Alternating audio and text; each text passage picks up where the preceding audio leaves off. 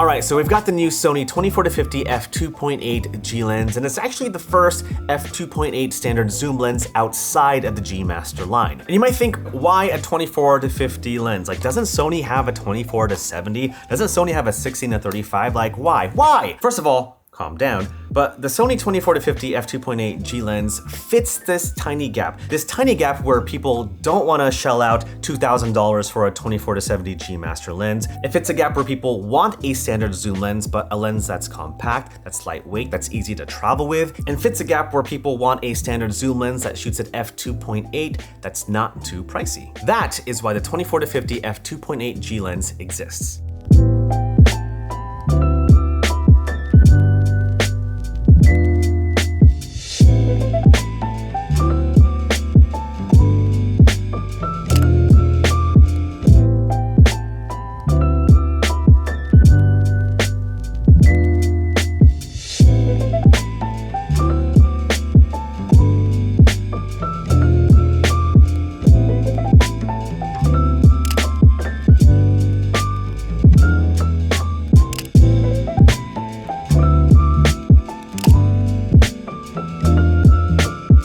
Alright, let's go ahead and talk about the lens, starting with the exterior. It has a really good build to it. I really like it. It's moisture and dust resistant. There are 3 rings to it. You got the focus ring, you got the zoom ring. There it is, that's how far it zooms. And it's got an aperture ring that's declickable. Of course, you got your autofocus, manual focus switch, and there is one custom button which you can assign whatever function to on the lens. Oh, by the way, if you have any Sony lens with a custom button, always assign the custom button on the lens to go into APS-C mode. Like, I have the Sony Alpha 7C Mark II, and I oftentimes go into crop mode to, push in more on my shot, and it's so much easier to do that by pressing the custom button on the lens. There you go, fun hack for you. And then you've got the hood of the lens as a standard petal design, and in case you're wondering, the filter thread of this lens is 67 millimeters. All right, digging a little deeper, the Sony 24-50 G lens has a constant aperture of f2.8, duh. It's incredibly compact and lightweight at just under 450 grams. It's 4 inches tall, so super tiny, and the autofocusing performance of this lens is actually really impressive. It has 2 linear motors,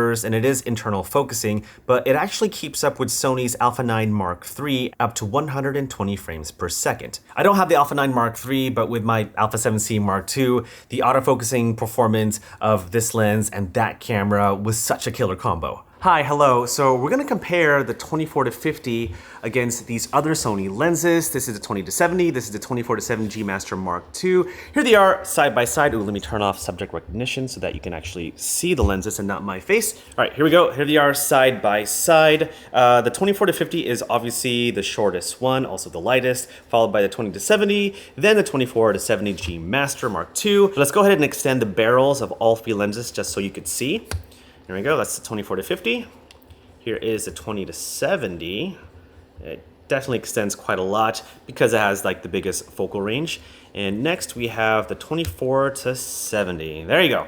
That's what they look like extended. Let me move out the way because I have a black shirt. Let's go ahead and bring the barrels down. There we go. The 24-50 and the 20-70 are a little bit similar in height, but the 24-50 is way, way lighter than the 20-70. And forget about the 24-70 G Master Mark II. Like, that's just a tank of a lens. But yeah, I just wanted to show these lenses side by side in case you were wondering. Let's turn subject recognition back on so you can see my face. And so yeah, there you go. Those are all the lenses side by side. I'd go with the 24-50 for like gimbal work, mainly because of how lightweight this lens is. Like, it's super lightweight, great for travel, a great overall standard zoom lens. But for vlogging, I would probably go with the 20-70. It has the widest focal range, going from 20 to 70 millimeters, so you can get the wide shots, you can get tight shots. It's so cool. You are shooting at f4, where the other 2 lenses are f2.8, so there's that. But shooting at f4 is not the end of the world at all. Like, I often shoot at f4 just to make sure that everything is sharp in the image. And then for higher end work, I'd probably go with the 24-70 G Master Mark II, especially if like photography is your thing. Like, this lens is incredibly sharp, and you can definitely see the details when you zoom in on your image. But not to say that the 24-50 isn't sharp at all. Like, it is a really sharp lens, especially for a G lens. But yeah, just wanted to show all 3 lenses just so you can see it side by side. All right, so now we're gonna compare all 3 lenses. Just so you can see the difference. This is the 20-70. We're shooting with a Sony a7C Mark II, ISO 640, f-stop 4. Here is the shot at 20 millimeters. I'm gonna push into 50. Lighting looks great. And then I'm gonna go to 70. There we go. All right, so now we have the 24 to 50. I'm gonna shoot at f4, same ISO, just so we can have a really good comparison. This is at 24 millimeters. And I'm gonna push into 50. There we go. All right, now we're gonna do that again at f2.8. So we're gonna bring down the aperture, and we're gonna bring down the ISO down to 400. Here's the same shot at 24 millimeters. And now I'm gonna push it to 50. You get a little bit of that background bokeh, a little bit. All right, and now we have the 24 to 70 G Master Mark II. We're shooting at f4, ISO 640. Here's a shot at 24 millimeters. Let's push it into 50. Looks great, and now it's pushing to 70. Yeah, that's nice. All right, we're gonna do that again, but this time at f2.8. So we're gonna bring the aperture to f2.8, change the ISO to 400. Here's a shot at 24 millimeters. Here's a shot at 50 millimeters. And now we're pushing to 70. Oh, that's such a great shot. Also, this lens is so sharp.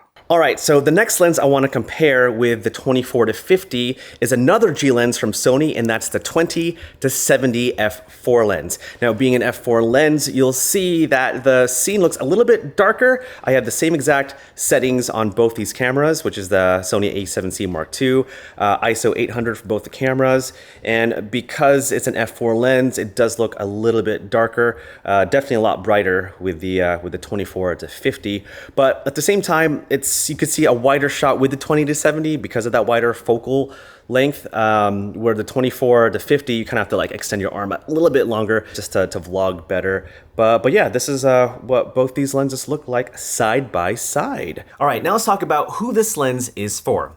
If you travel a lot and you have a full frame Sony camera and you're looking for a lens that's not heavy at all, that's compact and kind of does it all, the Sony 24 to 50 G lens is the lens to get. It may not be as wide as a 16 to 35 lens or have the reach of a 24 to 70 lens. It falls right in the middle where its true strength for travelers is that it's compact and lightweight. Beginners, this is a great lens for all types of content creators, especially beginners, because like I said before, this lens covers a variety of different things, whether it's travel, portraits, for vlogging. Like you could vlog with this lens at 24 millimeters, and even though it's not as wide as a 16 to 35, because it's so lightweight and compact, like you could hold the lens out a little bit further out and still be comfortable vlogging. All right, let's go ahead and vlog a little bit. So this is the 24 to 50 at 24 millimeters, and it's actually wide enough to vlog with. I am stretching my hand out like a lot, but it is comfortable to hold because it's so lightweight.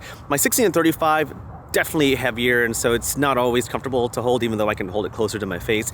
And my 24 to 70, such a heavy lens, I definitely can't vlog with that long term, but vlogging with the 24 to 50, totally can.